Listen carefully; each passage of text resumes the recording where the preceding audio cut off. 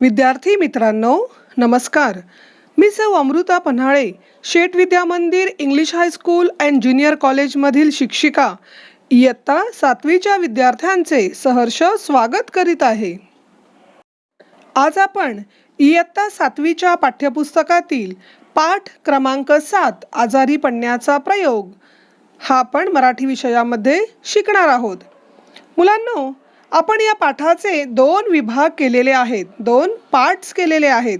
तर आज आपण सुरुवातीला पहिला पाठ म्हणजेच पहिला विभाग याचा अभ्यास करणार आहोत. पाठ क्रमांक 7 आजारी पडण्याचा प्रयोग. या पाठाचे लेखक आहेत द मा मिरासदार. आता आपण थोडंसं या पाठाच्या लेखकांविषयी बोलूया.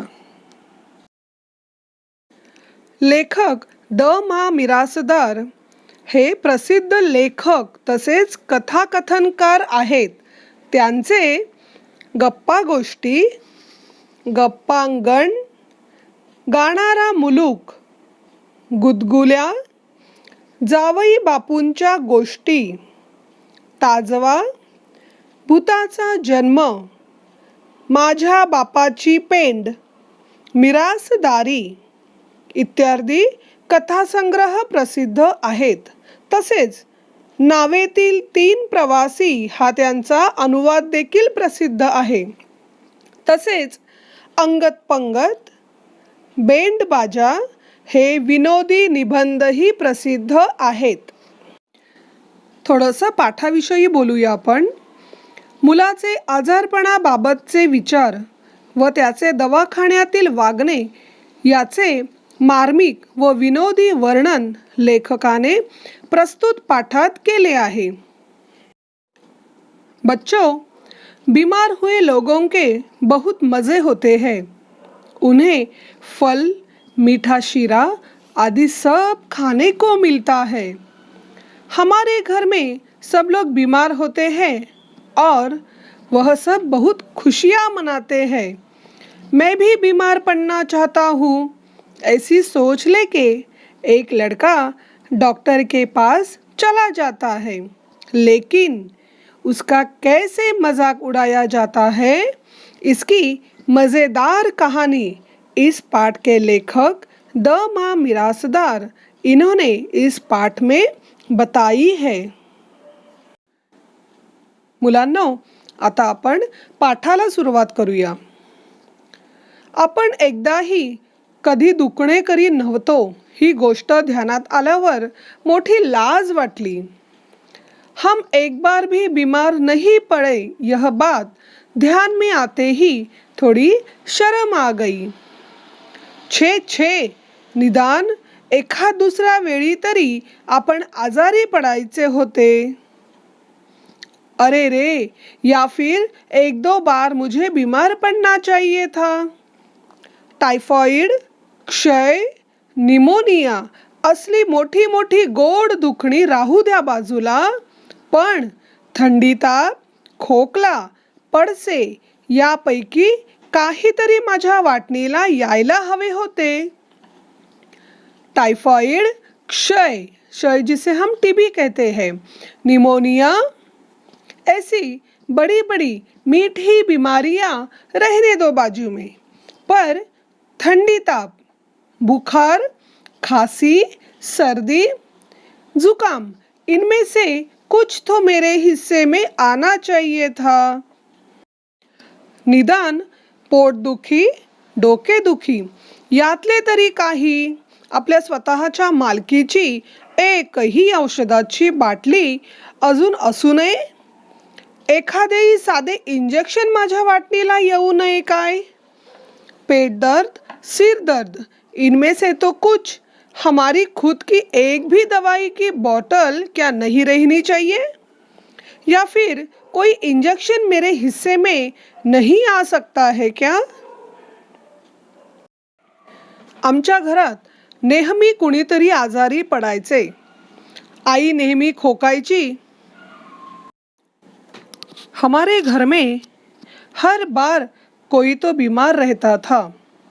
माँ हमेशा खांसती थी. बाबांना दर 8 दिवसांनी पड़से यायचेच। पिताजी को हर 8 दिन के बाद जुकाम होता था। दादा कॉलेजात जात असला तरी त्याचे अंग नेहमी दुखायचे। भैया कॉलेज जाता था लेकिन उनका बदन बार बार दुखता था। कधी कधी ताईचे हात दुखायचे, पाय दुखायचे, तीही गादी टाकून झोपायची। कभी कभी दीदी के हाथ दुखते थे, कभी पैर दुखते थे, वो भी गद्दी डाल के सोती थी। सगळ्यांची औषधे मोठी छान असायची। सबकी दवाइयाँ तो बहुत अच्छी वाली रहती थी। संतरी, मोसंबी, सफरचंद, खडीसाखर, बेदाना, पेढे, गोड औषध यांचा मारा सारखा चाललेला असायचा। संतरी, मोसंबी, सेब, खडीसाखर, बेदाना जिसे किशमिश कहते हैं, पेढ़ा, मीठी दवाई, इनका काम चालू ही रहता था। 4 दिवस आजारी पडून अशक्तपणा आला म्हणजे शिराही रोज व्हायचा। 4 दिन बीमार होने के बाद थोड़ी सी कमजोरी आ गई तो सूजी का हलवा भी बनाया जाता था। हा सगळा प्रकार पाहून आपण आजारी नाही या गोष्टीचे मला अत्यंत दुःख होऊ लागले। ये सब देख के हम बीमार नहीं इस बात से मुझे बहुत दुःख होता था। जे पदार्थ ही सगळी मंडळी आजारी म्हणून खात असत ते औषध या नावाखाली मोडत असत। जो पकवान यह लोग बीमार है ऐसे समझ के खाते थे वह दवाइयाँ के नाम पे शामिल होते थे। त्यामुळे त्यांना हात लावायची मला सख्त मनाई असे, इसलिए उन्हें हाथ लगाने से मुझे मना किया जाता था। ही औषधे आपणही बरोबरीने घ्यावीत आणि त्यांच्या दुःखात सहभागी व्हावे असे मला फार वाटू लागले।